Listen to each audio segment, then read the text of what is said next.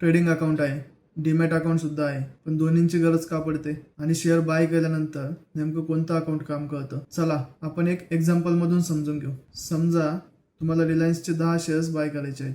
तुम्ही तुमच्या झिरोदा या ब्रोकरच्या ॲपवर गेले, तुमची बाय ऑर्डर प्लेस केली. त्याच्यानंतर ही बाय ऑर्डर तुमच्या ट्रेडिंग अकाउंट मार्फत स्टॉक एक्सचेंज पर्यंत जाते. स्टॉक एक्सचेंजवर तुमच्या बाय ऑर्डरला योग्य सेल ऑर्डर मिळाली आणि प्राइस मॅच झाली की ट्रेड एक्झिक्यूट होतो. आता सर्वात महत्वाचा प्रश्न, हे बाय केलेले 10 शेअर्स गेले कुठे? कारण की ते ट्रेडिंग अकाउंट मध्ये तर काही स्टोअर होत नाही, ते तुमच्या डीमॅट अकाउंट मध्ये क्रेडिट होतं. म्हणजे तुमच्या नावावर ते शेअर्स इलेक्ट्रॉनिक फॉर्म मध्ये होल्ड केले जातात. आता काही दिवसांनंतर तुम्हाला ते 10 शेअर्स सेल करायचे असते, तर तुम्ही पुन्हा तुमच्या झिरोदा ब्रोकरच्या ॲपवर जाता, ट्रेडिंग अकाउंटचा वापर करून सेलची ऑर्डर प्लेस करता. त्याच्यानंतर अगेन ऑर्डर एक्सचेंजवर मॅच झाली की ट्रेड एक्झिक्यूट होतो आणि मग तुमच्या डीमॅट अकाउंटमधून ते शेअर्स पुन्हा डेबिट केले जातात.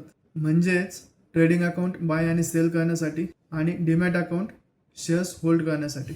सोप्या भाषेत ट्रेडिंग अकाउंट म्हणजे व्यवहारांचा मार्ग आणि डीमॅट अकाउंट म्हणजे तुमच्या सिक्युरिटीची डिजिटल जागा.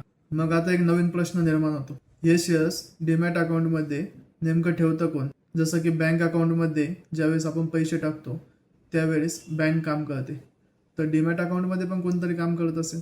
हो, त्यामागे पण एक संस्था आहे. ती कशा पद्धतीने काम करते हे आपण पुढच्या व्हिडिओमध्ये समजून घेऊ.